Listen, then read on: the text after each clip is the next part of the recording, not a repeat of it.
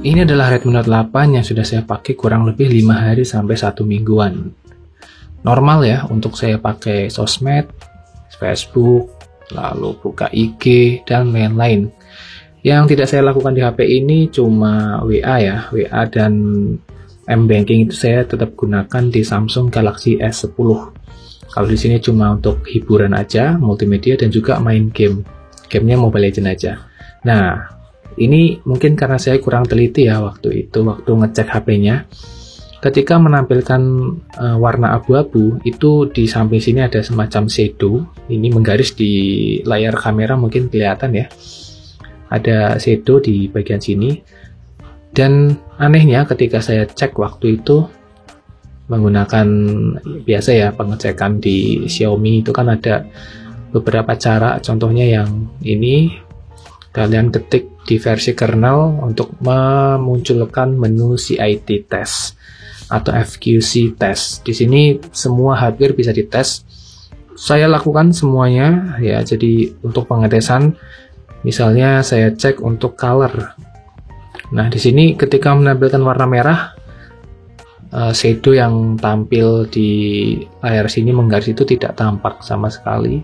Warna hijau juga normal.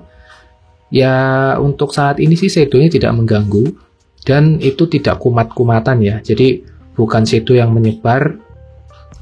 Bukan saya baik-baikin HP-nya ya, tapi emang ya selama penggunaan tidak ada masalah sama sekali. Juga hal itu sejauh ini tidak mengganggu aktivitas saya untuk nonton dan lain-lain, masih tercover dengan baik. Nah, bagaimana dengan kondisi baterainya? Perlu diketahui ya, HP ini sebelum saya ngomongin baterai, HP ini adalah HP Xiaomi keluaran tahun 2019 yang pada saat itu kondisinya itu sangat-sangat goib. Jadi sangat susah nyarinya. Ini yang varian 464 Redmi Note 8. Ya, proteksi depan belakang Gorilla Glass 5. Nah, selama seminggu ini apa yang saya lakukan dan apa yang saya temukan di HP ini?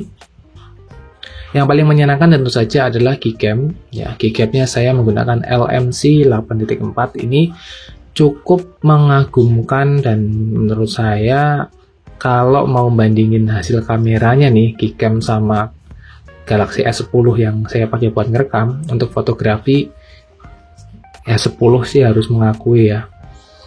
Gambarnya keren banget, kinclong banget. Ini kamera bawaan. Ini Gcam. Ya, kalau si Samsungnya itu ya normal sih, nggak yang jelek-jelek banget. Cuman kalau mau bandingin secara look di layar HP, lebih enak dipandang yang LMC ini di Redmi Note 8. Saya udah ambil beberapa sampel. Nah, ini kamera bawaan nih.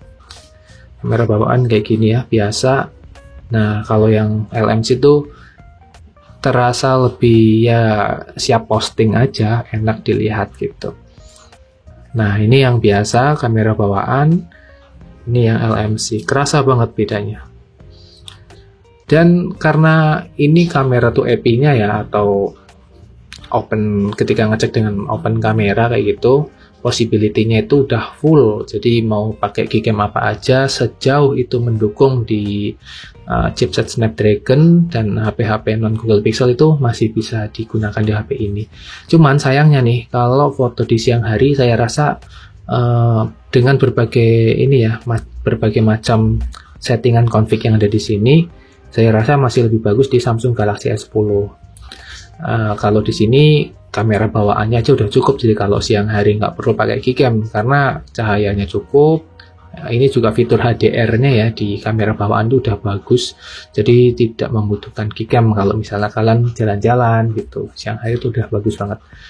Dan fitur HDR-nya itu bisa dipilih mau diaktifin, auto atau dinonaktifin, sesuai kebutuhan aja. Saya rasa untuk memenuhi kebutuhan fotografi dan videografi sudah banyak tutorial ya, yang mana banyak nih konten kreator yang bahkan hanya mengandalkan HP-HP sekelas Redmi Note 8. Dan menurut saya ini kamera posibilitasnya tuh lumayan gede, jadi kalian bisa manfaatin HP ini untuk cari duit ya, menggunakan kemampuan fotografi dan videografi tentunya, yang mana sekarang tuh tutorial dan kursusnya tuh udah banyak banget di internet. Tinggal maksimalin aja ini menurut saya bisa lah untuk dijadiin semi-semi pro gitu ya. Kalau kalian suka bikin video sinematik di TikTok atau di Reels Instagram, ini udah cukup oke banget. Terus hal lain yang saya temukan di baterai, nah ini baterainya cukup unik menurut saya. Ini kapasitasnya itu sekitar 4000-an ya. Baterainya itu 4000 mAh persis dengan kecepatan ngecasnya itu di 18 watt. Nah, ketika saya pakai untuk sosmedan biasa, ini bisa bertahan nyampe 2 hari. Itu ya, catatan ya, 2 hari itu hanya untuk saya buka Facebook, Instagram, nonton YouTube, yang mana tidak setiap waktu ya. Intinya, saya gunakan untuk keperluan itu standar, bukan yang adiktif banget, itu bisa bertahan 2 hari.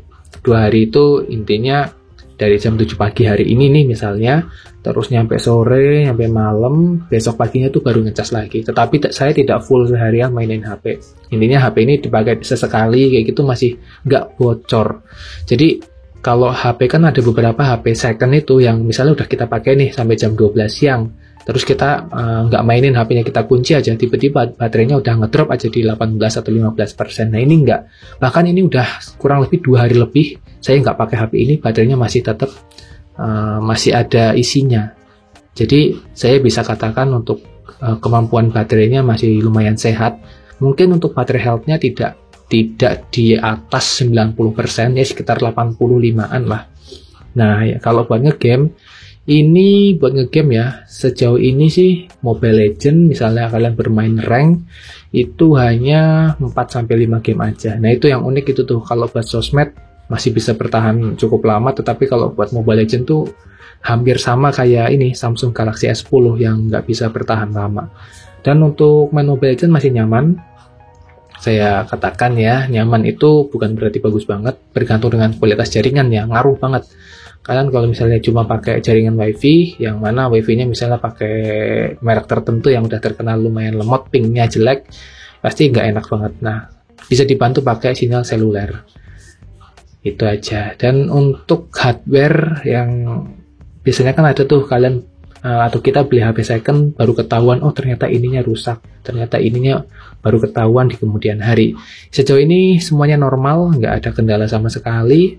Untuk tahun 2022 akhir atau menjelang 2023, saya rasa HP ini masih cukup lah ya untuk kebutuhan basic, misalnya untuk ojol, ini baterainya lumayan kuat.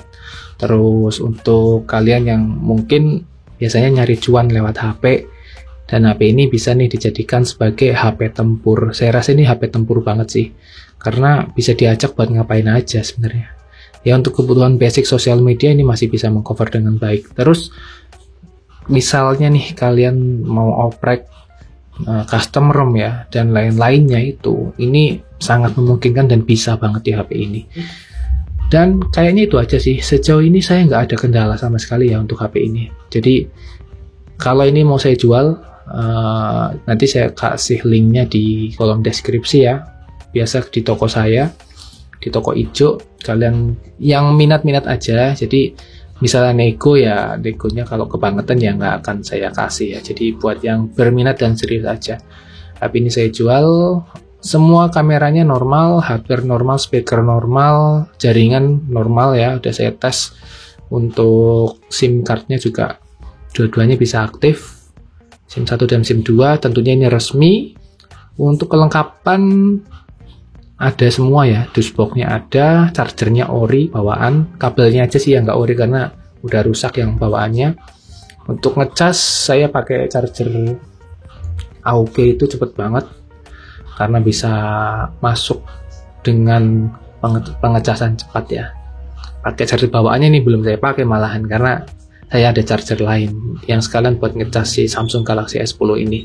Jadi simpulannya, HP ini kalau misalnya kalian butuh nih HP secondary atau HP kedua, atau misalnya kalian baru pertama nih pengen beli HP tapi yang speknya tuh nggak kentang-kentang banget, karena kalau kalian punya budget bahkan 2 juta ya, 2 juta atau 1,5 juta lah sekarang, kalian beli HP baru, saya rasa itu kurang recommended ya. Pasti performanya nggak enak banget, dan buat multitasking pasti kurang aja gitu.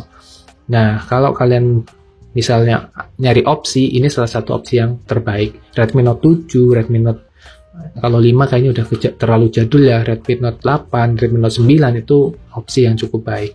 Ini pasarannya ya sebenarnya di 1 jutaan, 1 juta maksimal 1,5 lah. Kalau di atas itu saya rasa skip aja, kecuali yang varian 128 GB ya. Tapi kalau yang 64 mendingan kalau bisa nyari yang di bawah 1,3 jutaan aja. Oke teman-teman, ya itu aja sih kali ini simpulannya. Saya tidak jadi untuk mereview secara lengkap dubbing kayak gitu ya, karena ya apa ya, ini cuma HP second yang mana udah banyak sekali yang review tentunya. Terima kasih sudah menonton, semoga video ini bermanfaat. Wassalamualaikum warahmatullahi wabarakatuh.